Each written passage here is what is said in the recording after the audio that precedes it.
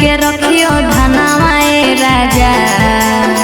कबले जोगाई के रखियो धनवा ए राजा सोटो के सुते के करो है मन करा लगवनवा ए राजा सोटो के सुते के करो है मन करा लगवनवा ए राजा कुछ दिन मनाइले अपन मनवा के धानी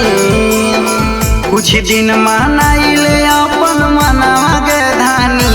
ऐतव घनवा जब कराइले वो गवनवा के धानी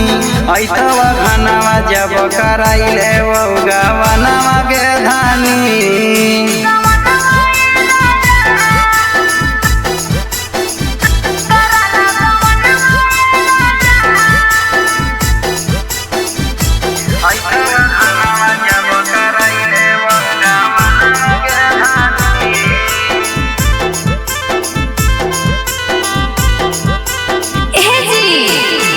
सहलो नहीं जा है अब जवानिया के भार जी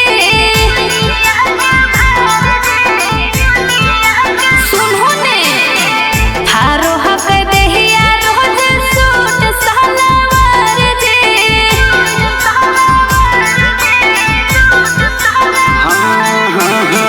बुझो लियो हम धानी तोर मजबूरिया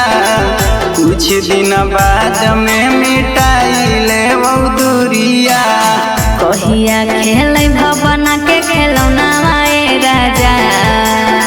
कहिया खेलै भवन के खेलौना ए राजा सोटो के सुते के करो है मन करा लगवनवा ए राजा सोटो के सुते के करो है मन करा लगवनवा ए राजा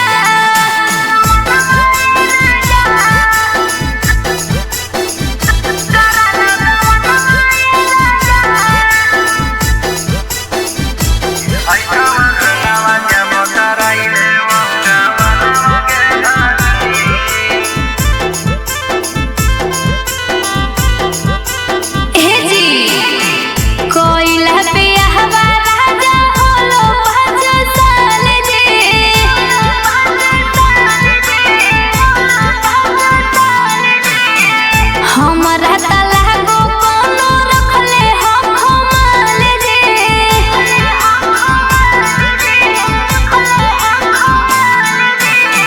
भात अवतार से तोर भर जैतो मन गे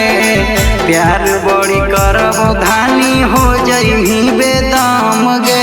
कहिया मुँह देखाई में देबो गहनवा ए राजा